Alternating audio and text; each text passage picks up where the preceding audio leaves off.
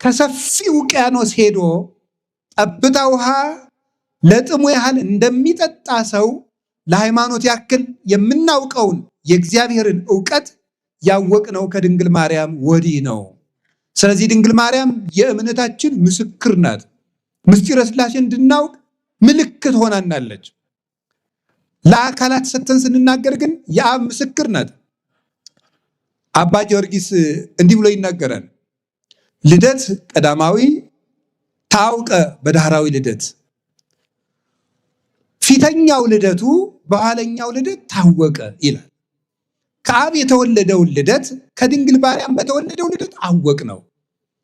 ሊቁ ሲናገር መልሶ ለዳህራዊ ልደቱ አመንከሮ ወለቀዳማዊ ልደቱ አመስጠሮ፣ የኋለኛውን ልደቱን ድንቅ አደረገው፣ ቀዳማዊ ልደቱን ደግሞ ስውር አደረገው፣ አረቀቀው፣ ልቡና እንዳይደርስበት አደረገው ይላል።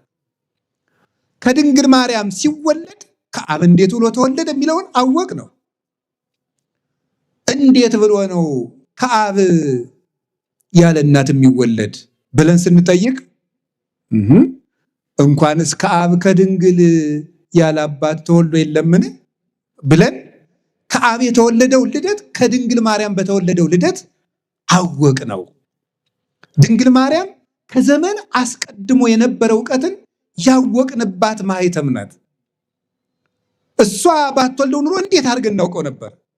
ጎርጎርዮስ ሲናገር ልጄን ስሙት ብሎ አብ የተናገረውን ምስክርነት ሲተረጉም ሃይማኖተ አበው ምዕራፍ 8 ላይ ኢትህስሱ ሎቱ እመ በውስተ ሰማይ ወኢትህስሱ ሎቱ አበ በዲበ ምድር፣ ለዚህ ለአንድ ልጄ ለወልድ በሰማያዊ ልደቱ አባት አለው አትበሉ፣ ለምድራዊ እናት አለው አትበሉ፣ ለምድራዊ ልደቱም አባት አለው አትበሉ። ለሰማያዊ ልደቱ እናት፣ ለምድራዊ ልደቱ አባት አለው እንዳትሉ፣ ይሄ ልጄ ቀዳማዊ ነው ዳህራዊ ነው ብሏል አብ ብሎ ጎርጎርዮስ ይመሰክራል። ሳዊሮስም ሲናገር ሰማይ ምድር ሆነ፣ ምድር ሰማይ ሆነ፣ ወኮነ ሰማይ ዓለመ ወዓለምሂ ሰማይ ኮነ። ዓለም ሰማይ ሆነ፣ ሰማይ ዓለም ሆነ። ጎል ጽርሐ አርያምን፣ ጽርሐ አርያም ጎልን ሆነ። እስመ እግዚአብሔር ኮነ ሰባ በውስተ ምድር፣ እግዚአብሔር በዚህ ዓለም ሰው ሆኗልና። ለዘወለዱ አብ በምስጢር ዘይትረከብ ወለደቶ ቅድስት ድንግል በምስጢር ዘይትረከብ፣ አብ በማይመረመር ምስጢር የወለደውን ድንግል ማርያም በማይመረመር ምስጢር ወለደችው። ለቀዳማዊ ልደቱ እናት ያልነበረው አምላክ በምድር ደግሞ አባት ሳይኖረው ተወልዷልና የሰማዩ ልደት በምድር በካልእነት ስለተደገመ ወልድ ባለ ሁለት ልደት ስለሆነ ሰማያዊ አምላክ በምድር ቢገኝ ወስብሐትኒ በውስተ ሰማይ ኮነ በዲበ ምድር፣ በሰማይ ያለው ረቂቅ የመላእክት ምስጋና በምድር ተደረገ። ስለዚህ ድንግል ማርያም አብን መሰለች፣ ለአብ ምልክት ሆነች። አብም ያለ እናት ወለደው፣ እሷም ያለ አባት ወለደችው። አምላክ ልጅ ያለው አብ ብቻ ነው። አምላክ ልጅ ያላት ድንግል ማርያም ብቻ ናት። የአምላክ አባት አምላክ እግዚአብሔር አብ ነው።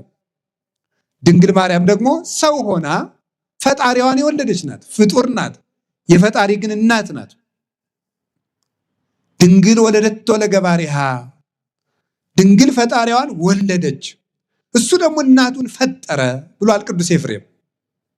ከዚህ የተነሳ እመቤታችን የአብ ምስክር ናት።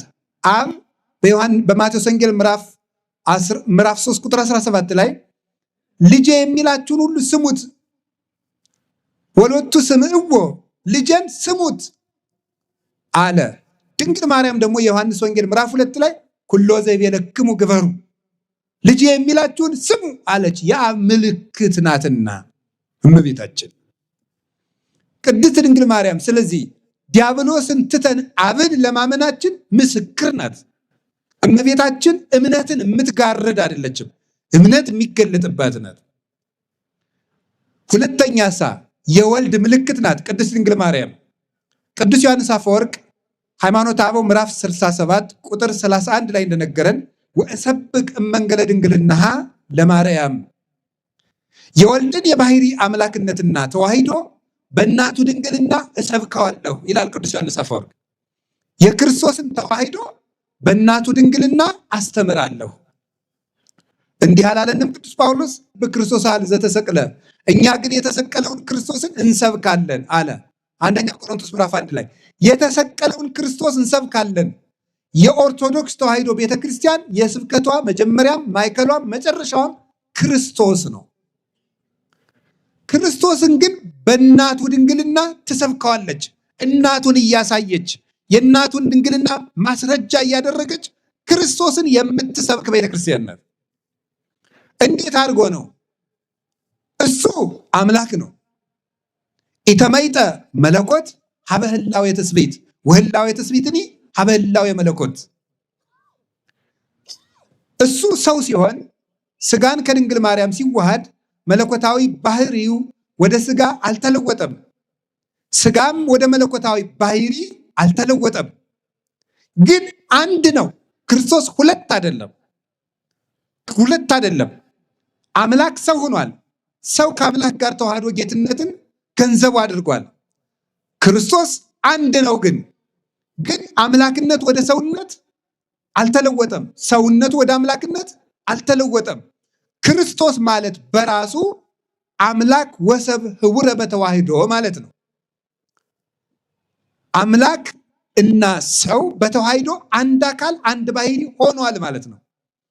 እይደለወኒ እስምዮ ለቃለ እግዚአብሔር ክርስቶስ ዘይንበለ ትስብእት ወይለ ትስብእት ዘይንበለ ቃል።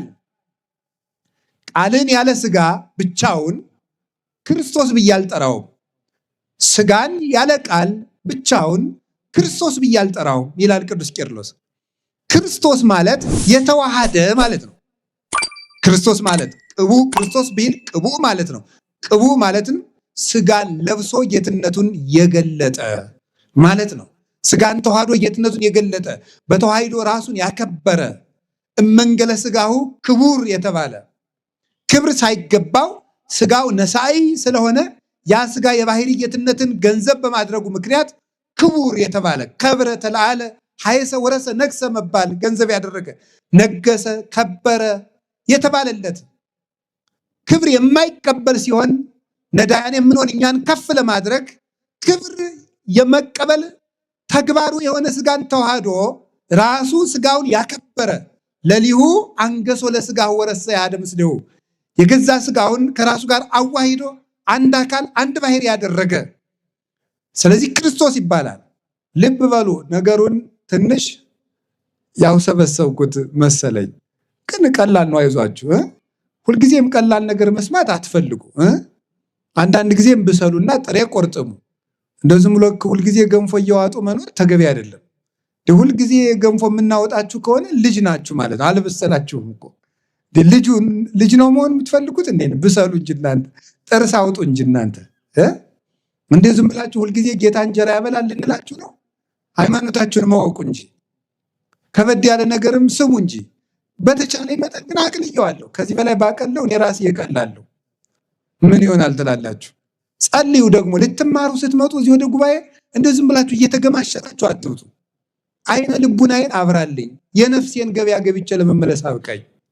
ጌታዬ ጆሮዬን ክፈትልኝ፣ ሸካራውን አንተ አለዝብልኝ፣ እንድሰማው አድርገኝ፣ ወደ አንተ ሳበኝ፣ እከተልሃለሁ፣ በረድኤትህ አቅርበኝ በሉ። እንዲህ ስንል እግዚአብሔር ልቡናችን ያበራዋል። እውነቴን ነው የምነግራችሁ። እዚህ መሰብሰብ የሚጠቅመን አንዱ እኮ ለዚህ ነው። ሁላችን ኃጢአተኛ ብንሆን 1፣ 4፣ 5 ቅን ሰው አይጠፋም። ስለ እነዚያ ቅኖች የሚወርድ መንፈስ ቅዱስ የእኛንም ልብ ያበራል። በጋራ መሰብሰባችንም ለዚህ ነው። እግዚአብሔር ልባችንን ያበራልን።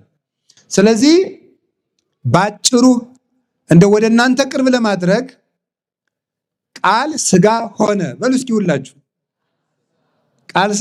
ቃል ምን ሆነ? ዮሐንስ ወንጌል ምዕራፍ 1 ቃል ስጋ ሲሆን ስጋ ወደ ቃል አልተለወጠም። ምን አላለም አልኳችሁ? አልተለወጠም። ምክንያቱም አምላክ አይለወጥምና።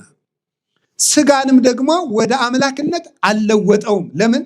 በተአቅቦ ይጠብቀዋል ባለበት እንዲጸና። ግን ደግሞ ሁለት አይደለም አምላክ ወደ ሰውነት አልተለወጠም፣ ሰውነት ወደ አምላክነት አልተለወጠም። ክርስቶስ ግን አንድ ነው፣ ሁለት ደግሞ አይደለም። ሁለት አይደለም፣ አንዱ ወደ አንዱ አልተጠፋፋም፣ አልተጨፈለገም። አንድ አካል አንድ ባህሪ ነው፣ ግን ደግሞ አንዱ አንዱን አላጠፋም፣ አልጠቀለለም። ተዋህዶ ማለት እሱ ነው ነው። ልብ በሉ። ድንግል ማርያም እሳ እናት ስትሆን ድንግልና አልቀረባትም። ድንግል ስትሆን እናትነት አልቀረባትም። በእናትነቷ ምክንያት ድንግልናዋ ወደ እናትነት አልተለወጠም። በድንግልናዋ ምክንያት እናትነት አልቀረባትም። ግን አንድ ናት። በዚህ ድንግልናዋ በተዋሂዶ እናትነትን ከድንግልና ድንግልናን ከእናትነት አስተባብራ አስተካክላ ይዛ በመገኘቷ ድንግል ማርያም የወልድ የተዋሂዶ ምስክር ናት ማለት ነው። አምላክነት ላለመለወጡ፣ ድንግልናዋ ለመለወጡ፣ ሰውነት ወደ መለኮትነት ላለመለወጡ ደግሞ እናቱን መገኘቷ፣ ሁለት ላለመሆኑ ድንግል ማርያም አንድ መሆኗ የተዋሂዶ ምስክር ናት። ያለ ድንግል ማርያም ሃይማኖት እንዴት ብሎ ይሰበካል? ለዚህ ነው ቅዱስ ጎርጎርዮስ ነባቢ መለኮት ድንግል ማርያምን ወላዲት አምላክ ብለው የማያምኑና የማይጀምሩ ሰዎች ከልዑል እግዚአብሔር ህብረት የወጡ ናቸው የሚለው። ከልዑል እግዚአብሔር ማህበር የወጡ ናቸው። ድንግል ማርያምን ወላዲት አምላክ ብለው እመቤታችን ምስክር አድርገው የማያስተምሩ የማይጀምሩ ሰዎች እነዚህ ከልዑል እግዚአብሔር ህብረት የወጡ ናቸው። ልዑል እግዚአብሔር ማዳንን በድንግል ማርያም ማህፀን ጀምሯልና የመንፈስ ቅዱስ ምስክር ናት። መንፈስ ቅዱስ መንፈስ ማለት ረቂቅ ማለት ነው። መንፈስ ቅዱስ ደግሞ አይመረመርም። ድንግል ማርያም የወለደችበት ምስጢርም አይመረመርም። የማይመረመረው አይ ልቡና ወአይ ነቢ ወአይ ሰሚ ዘይክል አይምሮ ዝንቱ ምስጢር ዘይትነገር ላይ በላይ ሊሃ በቅድስት ስለ ድንግል ማርያም ድንቅ ድንቁ ነው የሚነገረውን ነገር መስማት የሚችል ጆሮ እንደምን ያለ ነው? መናገር የሚችል አንደበት እንደምን ያለ ነው? ማሰብ የሚችል ልቡናስ እንደምን ያለ ነው ይላል ቅዱስ ኤፍሬም ሲያደንቅ። የማይመረመር ምስጢር ነው።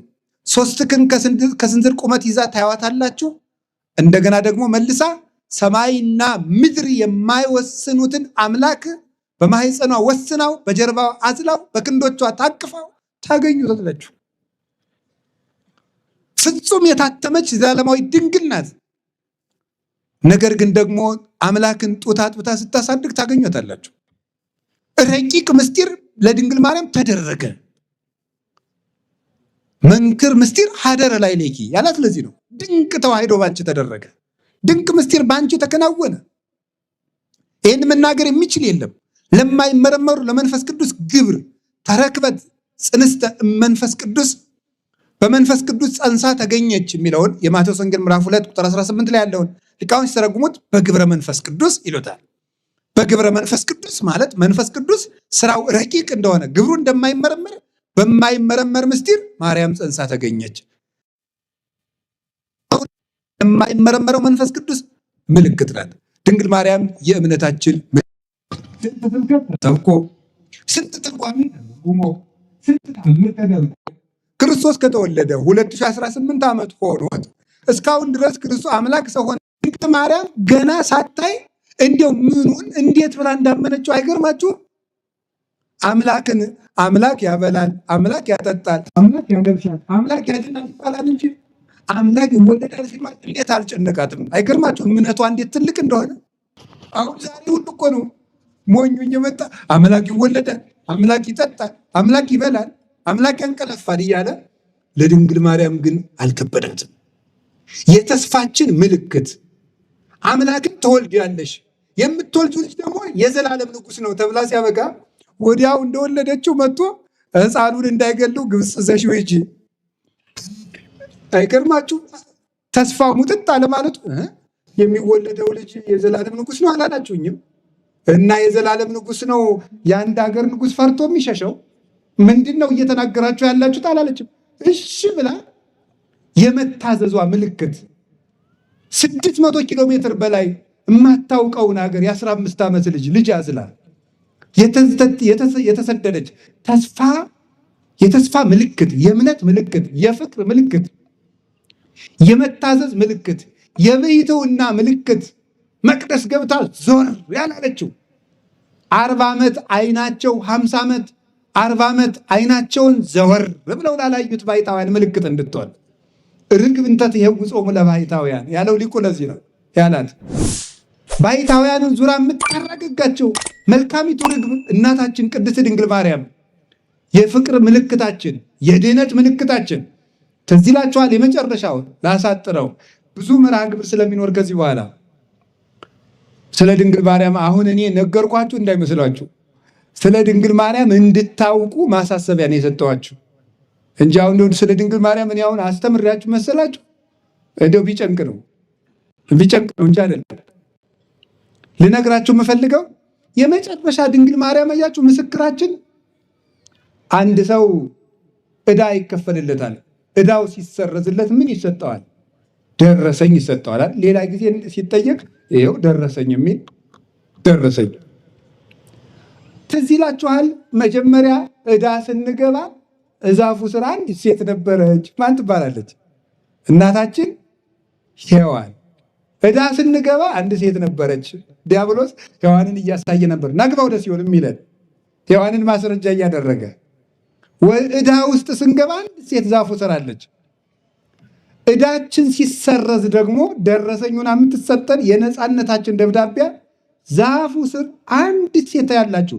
ዛፉ መስቀል ነው። ያቺ የነፃነት ደብዳቤ ደግሞ ማናት? እመቤታችን ናት። ዮሐንስ ወንጌል ምዕራፍ 19 ቁጥር 26 ላይ መድኃኒታችን ኢየሱስ ክርስቶስ በእኛ ላይ የነበረውን ያንን ወደምሰሰ መጽሐፈ ዕዳ እንዳለ ቅዱስ ጳውሎስ የዕዳ ደብዳቤያችን በደሙ ቀዶ ኃጢአታችንን ሰርዞ መተላለፋችን ሁሉ እሱ ቤዛ ሆኖ የድነት በርን ከፍቶልን ሩጫውን አሳይቶን ሲፈጽም ይሄው እንግዲህ እርግማናችሁን አጠፋውላችሁ፣ ዕዳችሁን ሰረዝኩላችሁ፣ የገነት በር ተከፈተ፣ አርአያ ሆንኳችሁ፣ በኩር ሆንኳችሁ፣ የምህረት በር ሰጠዋችሁ። ለዚህ ደግሞ ምልክት የምትሆናችሁ ምስክራችሁ ይሄው እናታችሁ። ዮሐንስ ወንጌል ምዕራፍ 19 ቁጥር 26 ላይ እናታችን ድንግል ማርያምን ምስክር አድርጎ የነፃነታችን ምልክት አድርጎ ሰጠን። እመቤታችንን እናት አድርጎ የሰጠን አምላክ ክብር ምስጋና ይግባው። እንደው ሰው እመቤታችን አታስፈልገኝም ድንግል ማርያም አልልም የሚል ሰው እንደው የነፃነት ደብዳቤ አልፈልግም፣ እግዚአብሔርን ማወቅ አልፈልግም፣ መረዳትም አልፈልግም የሚል የደነደነ ልብ ያለው ሰው ነው። እኛ ግን አባቶቻችን እንዳስተማሩን ዲያብሎስን ለመካዳችን በመስቀሉ ነፃ ስንወጣ ዲያብሎስን ደምስሶ ክርስቶስ ከመስቀሉ ስር ዲያብሎስን የደመሰሰው በመስቀሉ ነው። ዓርብ ዲያብሎስን ቀጥቅጦ ከዲያብሎስ ነፃ ወጣችሁ፣ ለዚህ ምስክርና ይቻት እናቴ ብሎ እንደሰጠን ዛሬ ቀራንዮ ቤተክርስቲያን ናትና ቤተክርስቲያን ፊት ዲያብሎስን ክደን የክርስቶስ ወገን ለመሆናችን ምስክራችን ማርያም ናት። አሁንም እመቤታችን ምስክር አድርገን ለዲያብሎስ ድንግል ማርያምን እያሳየነው አይኑ እየታወረ መንግስቱን እንድንወርስ የመድኃኔዓለም ረድኤቱና ቸርነቱ አይለየን። በዚህ ስም ጉባኤ ስለተዘጋጀም እጅግ ደስተኛ ነኝ። ብፁዕ አባታችንም እጅግ ድንቅ አደረጉ። ስለ እውነት አንድ ኦርቶዶክሳዊ ሊቀ ጳጳስ መታወቂያው ድንግል ማርያም ናት። መታወቂያው የሚታይበት የሚለካበት የሐዋርያት ምልክታቸው ሞገሶሙ ለሐዋርያት ሞገሰ ስብከቶሙ ለሐዋርያት፣ የሐዋርያት የስብከታቸው ጣዕም ድንግል ማርያም ነበረች። የሰማዕታት እሞሙ ለሰማዕት እናታቸው ድንግል ማርያም ናት። በሊቃነ ጳጳሳት ራስ ላይ የምታበራው ዕንቁ ድንግል ማርያም ናት። ብርሃኑ ደግሞ ልጇ ነው። አንድ ሊቀ ጳጳስ ምልክት አድርጎ የሚወጣው ለሊቀ ጳጳስ ሰይፍ የለው፣ ሰራዊት የለው፣ ጋሻ ጃግሬ የለው፣ ዱላ የለው፣ ሀብት የለው፣ ብር የለው።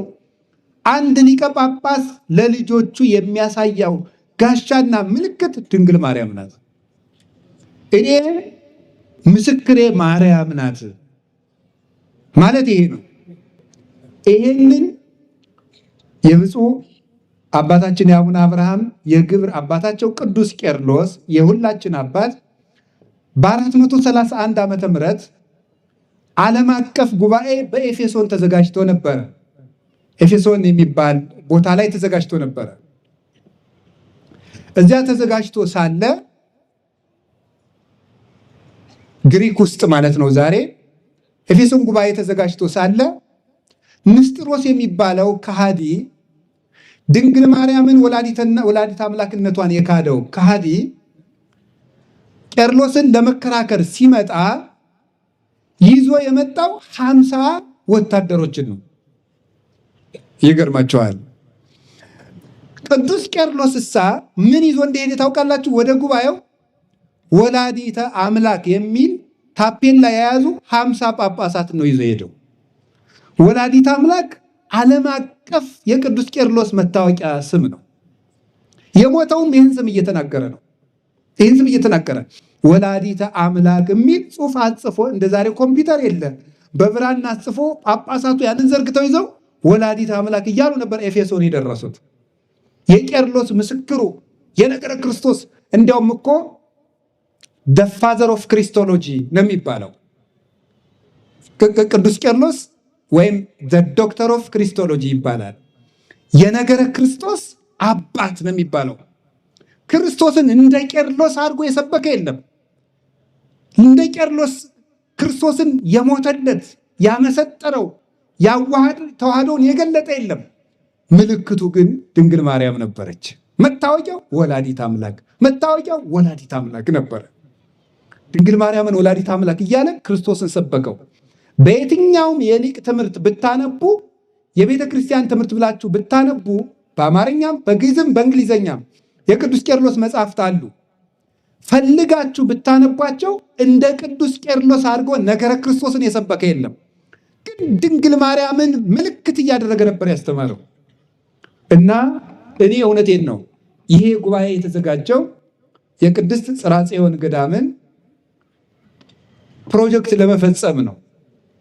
በዚህ ፕሮጀክት ስም ግን ለዚህ ምስክሬ ማርያም ናት የሚለው ጉባኤ መዘጋጀቱ የኦርቶዶክሳውያን መታወቂያ የሚሆን ጉባኤ ነው።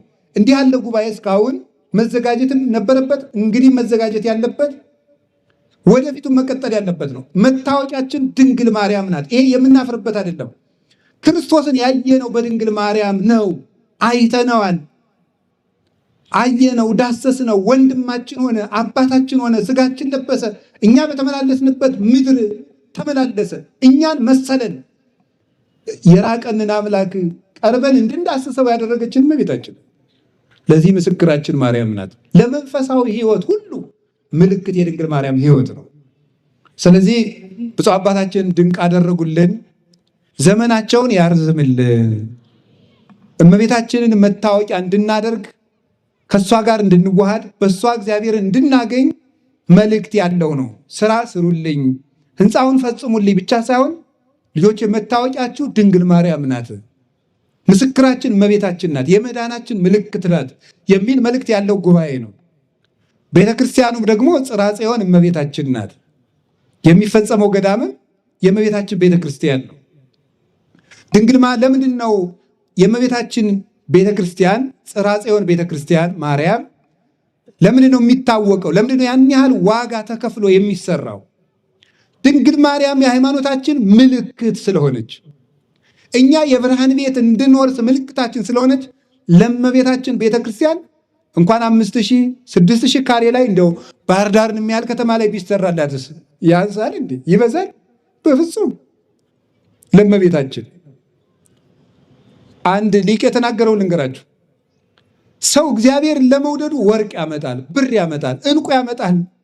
እሱ የሰው ልኩ እስከዚያ እስከሆነ ድረስ ነው እንጂ የእግዚአብሔር ፍቅር ግን በዚያ ብቻ የሚገለጥ አልነበረም ይላል። የሰው ልኩ ቀበታ የመጨረሻ ትልቅ ነገሩ ወርቅ ሆኖ ቁጭ የሰው ነገር ምስኪን አይደል? የመጨረሻ ወርቅም ላለው ነው እያላችሁ ነው። አባ አልገባህም፣ እኛ ዳቦም የለን እያላችሁ ነው አይደል? በውስጣችሁ ግድ የላችሁ ባላችሁ መጠን ማለት ነው። ውሃ ያለው በውሃ ፍቅሩን ይገልጣል። አንድ የቤተክርስቲያን ሊቅ የተናገረውን ልንገራችሁ። አሁን እኛ ለድንግል ማርያም የምናደርገው ነገር ሁሉ ለእሷ ይመጥናል ይላል። ኧረ አይመጥንም። ምን ብለንስ እናመሰግናታለን? ኧረ አይመጥንም። ግን ይላል አንድ ንጉሥ በግዛቱ ሲያልፍ አንድ ገበሬ እኒያ ምንድን ናቸው ብሎ ጠይቆ ንጉሱ ሲያልፉማ የማይመጥን ስጦታ ቢሆንም እንደው መቼም ንጉሱን መናቅ እንዳይሆንብኝ ብሎ ውሃ ቀርቶ ይዞ ይሮጣል ወደ ንጉሱ። ንጉሱ ያን ገበሬ አንተ እኔ ጠጅ ነው እንጂ ውሃ ጠጣለሁ ይለዋል ወይስ እኔን አክብረ በሬዎችን አቁመ ውሃ ቀርተ መጣ ብሎ ይሸልመዋል ይላል። ይሸልመዋል እንጂ ገበሬው በአቅሙ ንጉሱን አክብረዋል። እኛም ድንግል ማርያምን እስከ መጨረሻው አቅማችን ማክበራችንን ለመግለጽ ነው እንጂ ለመሆኑ እግዚአብሔር ልጇ በሰጣት ክብር መጠን ይቅርና ምኗንስ የአንዲቱን የፀጉሯን ዘለላስ ማክበር ይቻለናል? አይቻልም። ልንገራችሁ የእግዚአብሔር ቤተሰቦች፣ አሁን መልእክቱ ይሄ ነው። ድንግል ማርያምን እንደምንወዳት እስመ አፍቀረ ንጉሥ ስነኪ፣ ንጉሥ እግዚአብሔር ዓይኑ ያረፋባትን ድንግል ማርያም በማክበር እግዚአብሔርን እንድናከብር ይሄ ምልክት ነው። እግዚአብሔርን ለማክበራችን ምልክት እንዲሆን ነው ይሄ ገዳም የሚገነባው። ስለዚህ እግዚአብሔር ቤተሰቦች ብር ያላችሁ ብር ስጡ፣ ወርቅ ያላችሁ ወርቅ ስጡ። አትሸሽጉት፣ ሳትሳሱም ስጡ። ስሜት ውስጥም ደግሞ ሳትገቡ ነው። ሳትሳሱ ስጡ። አንዳንድ ሰው እንደው ሰርግ ላይ በዘፈኑ ሞቅ ብሎት ሸልሞ ነገ የሚጨናነቅም አለ። እንደሱም አንሸልም ብለዋል። መጀመሪያ አስባ አትሸልምም። ስለዚህ አስባችሁ፣ እውነቴን ነው እንደው ለድንግል ማርያም ይሄ ምንድን ነው ብላችሁ አስባችሁ፣ ትርፉን አይደለም የምትሰጡት፣ አስባችሁ ሳትጨነቁ። እግዚአብሔር አያስጨንቅም፣ የሰላም አምላክ ነው። ሳትጨነቁ እመቤታችንን የምንወድ መውደዳችንን ብፁዕ አባታችን ያንን ቤተክርስቲያን አስፍተው የ72ቱ አርድእት ምልክት፣ የነቢያት ምልክት፣ የሐዋርያት ምልክት በራሱ ገዳሙን እኔ እጄ ጎብኝቸዋለሁ። ጽርሐ ጽዮንን ወንጌልን በሙሉ በግድግዳው፣ በጣራው፣ በመሰረቱ፣ በመስኮቱ የሚሰብክ ቤተክርስቲያን ነው።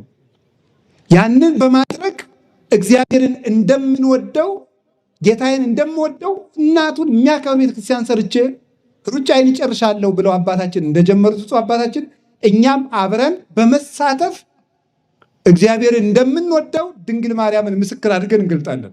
ጉልበት ያላችሁ በጉልበታችሁ፣ ጸሎት ያላችሁ ደግሞ ለጳጳስም ይጸለያል። ብፁዕ አባታችንን አስፈጽማቸው፣ እርዳቸው ብላችሁ አንድ ሁለት ስማት ቢሆን ድገሙ። ውሃ የሌላችሁ ውሃ ቅዱ፣ ሳትለግሙ ስጡ። ከለገማችሁ ደግሞ በሕክምና ታወጡታላችሁ። እውነቴን ነው የምነግራችሁ። እያላችሁ ከለገማችሁ ይኸውላችሁ ኩላሊታችሁ ፌል ያደርግና ትከፍሉታላችሁ ማለት ነው። ፌል ሳያደርግ እንግዲህ ስጡና ጠብቁት። እንዳይወድቅ ጠባቂ አኑሩ። ሲጀመር እግዚአብሔር ቸግሮት ይመስላችኋል ወይ? ጉድ! ሰው የፈጠረ አምላክ ከሰው ብር ሲቀበል አይገርማችሁ? አይገርማችሁ? አይገርማችሁም? እንደው እግዚአብሔርስ ለብፁዕ አባታችን ጵጵስና ከመስጠት በላይ ሳንቲም እንዲቸግራቸው የሚያደርግ ይመስላችኋል? ጵጵስና እኮ ትልቅ ነገር ነው። እንኳን ጵጵስና ዲቁና ትልቅ ነገር ነው። ጵጵስናን ሳይሳሳ ሰጥቷቸው ሲያበቃ እንደው የድንጋይ መግዣ ብር ያሰጣቸዋል። ድንጋይ እኮ ነው የሚገዛ ብር ምን ቁም ነገር አለ? ድንጋይ ነው የሚገዛ። ግን ለምን እንደሆነ ታውቃላችሁ? እኛስ በምን ክብር ይቅርብን? አብረን ከሳቸው ጋር ድንግል ማርያምን መውደድ ጌታችንን ማክበር ነው። ስለዚህ የእግዚአብሔር ቤተሰቦች ካላችሁ ነገር ፍቅራችሁን በመግለጥ ስጦታ እግዚአብሔርን ለእግዚአብሔር ልባችን መስጠታችንን ምልክት ነው። ያን ለማድረግ የሚቻላችሁን ሁሉ አድርጉ። ትልቅ ነገር ነው። እኔ በበኩል ይሄ እግዚአብሔር በሚያውቀው በሕይወት የዘመን ሁሉ ያው ታውቃላችሁ፣ መምህር ሰባኪ ህንፃ ሲሰራ አይወድም። መጀመሪያ ሰው ቢሰበክ ህንፃ ከሚሰራ ነው የምንል። እኔም እንደዚያ ነው የምል። ግን ደስ ያለኝ ብፁዕ አባታችን ሰው መስራትም ስላቀዱ ነው እንጂ ህንፃ ብቻ ቢሆን እኔም ቢሆን አልመጣም ነበር እዚህ። ሰው ለመስራትም አቅደዋል። ለምሳሌ ባህር ዳር ባሉ አድባራት በሙሉ ያቋቋም መምህራን ተመድበው መዝሙር ያስጠናሉ ለሰንበት ተማሪዎች። ይሄ የተደረገ እዚህ ሀገረ ስብከት ብቻ ነው እኔ ባየሁት ማለት ነው። በእያንዳንዱ ደብር ያቋቋም መምህር ተቀጥሯል። አንደኛ ለፍተው የተማሩ ሊቃውንተ ቤተ ክርስቲያን የት ላስተምር ከሚሉ ወንበር ቢያዝባቸው እንኳን ሰንበት ተማሪዎችን አስጠንተው እነሱም ቢሆን የዕለት ቆሎ ያገኛቸው መጽሐፍ መደጎሻ ያገኛሉ። ከዚያሳ ደግሞ ጥጋ ያጡም ልጆች ደግሞ በሜዳ ያገኙትን እንደው እንደዚያ የሆነ ነገር እየቃረሙ ከሚያጠኑ የቤተ ክርስቲያናቸውን መዓዛ እንዲይዙ ለሰንበት ተማሪ አስቦ ያቋቋም መምህር መቅጠር ቀላል እንዳይመስላችሁ። ይህንም ስላየው ነው። ቀጥሎስ በቀጣይ ደግሞ እኔ ባለፈው ፕሮጀክቱን ስጎበኝ ብፁዕ አባታችን ሲናገሩ ሰምቻለሁ። ለእያንዳንዱ ሰንበት ትምህርት ቤት የመጽሐፍ መምህር እንደሚመደብ ሲናገሩ ሰምቻለሁ። በኋላም ብፁዕ አባታችን ያረጋግጡላቸዋል። ስለዚህ ለነፍሳችንም እያሰቡ ነፍሳችንም እየሰሩልን ነው እንጂ ዝም ብሎ ህንፃ መገንባት ቢሆን ኖሮ እኔም ቢሆን እዚች እጄን አልከትም። እግዚአብሔር በሚያውቀው ማለት ነው። ሰው የሚሰራ ሀገረ ስብከት ላይ እንጨት ድንጋዩ የሚሰራ ሰፍቶ ይቀደስ፣ ሰፍቶ እንማር፣ ሰፍቶ እንጸልይ። እንደው ሰው ደግሞ በእርግጥ አሁን ችግር ነው፣ የመከራ ወቅት ነው። በዚህ ዘመን ብር ይለመናልም ይባላል። ሰው ግን መስከሩን አልተውም። ሳያየው እግዚአብሔር የሚያውቀው ጃሙ ምንድን ነው የሚባለው? ተጽፎ ነው ያየው። እኔ ማምላክን አላውቀውም። ምን ይቻ አላውቀውም። ምን ሀውስ ነው የምትሉት? አሁን እሱ ተዘግቷል። እስቲ ያችን ዝጓት። አይ ችግር ነው ደም እየፈሰሰ ነው ብላችሁ ዝጓት። እሷ ያቺ ስትሆን አትሉም። ኧረ ተው ደም እየፈሰሰ ጃምቦ ሀውስ ይዘጋ የሚል የለም። ኧረ ተው እንዲህ የሆነ ግን እንዲያው ነው የሚል ዝም ብሎ እንዲያው እናቶች እንዲያው። ስለዚህ አሁን የምነግራችሁ ስሩ። የሚሰራ ስራ ሲመጣ የሚሰራ አባት ይጠፋል። ስራ ሲገኝ ስራም አባትም ሲገኝ ግን አብሮ መቆም አሁን ነው። አብሮ መቆም አሁን የሰራ ነው ለነገ ታሪክ ነው። ባዷችን ኑ አብሬያችሁ ስራ፣ ልጆች አብራችሁ ቁሙ። ሲሰሩም መንቀፍ፣ ሳይሰሩም መንቀፍ፣ ሁለቱ ምን ይሆናል? ስለዚህ አሁን በቀጣይ ትልቅ ቤተ መጻሕፍት ተገንብቶ ወጣቶች ከሱስ ይልቅ የሚያነቡበት ቤተ መጻሕፍት የሚገነባበት የህፃናት ማሰልጠኛ ኖሮ ህፃናት በኦርቶዶክሳዊነት እየተቀረጹ የሚያድጉበት ሀገረ ስብከት እንዲሆን የታቀደም ስለሆነ ሰው እየሰሩ ህንፃ መስራት ኦርቶዶክሳዊነት ነው እና እመቤታችን ቅድስት ድንግል ማርያምን ምልክት አድርገን በመላው ዓለም የምትገኙ ሁሉ አብራችሁ እንድትቆሙ እላለሁ። በዚያው አንድ ሀሳብ ለመጨመር እኔ በበኩሌ አሁን ፕሮጀክት ቀርጬ እየተንቀሳቀስኩ ነው። በጉባኤ ቤታችን ስም ሆስፒታል ለመስራት እየተንቀሳቀስን ነው። ብር እየለመን ነው። 1 ብርም 2 ብርም 3 ብርም ማለት ነው።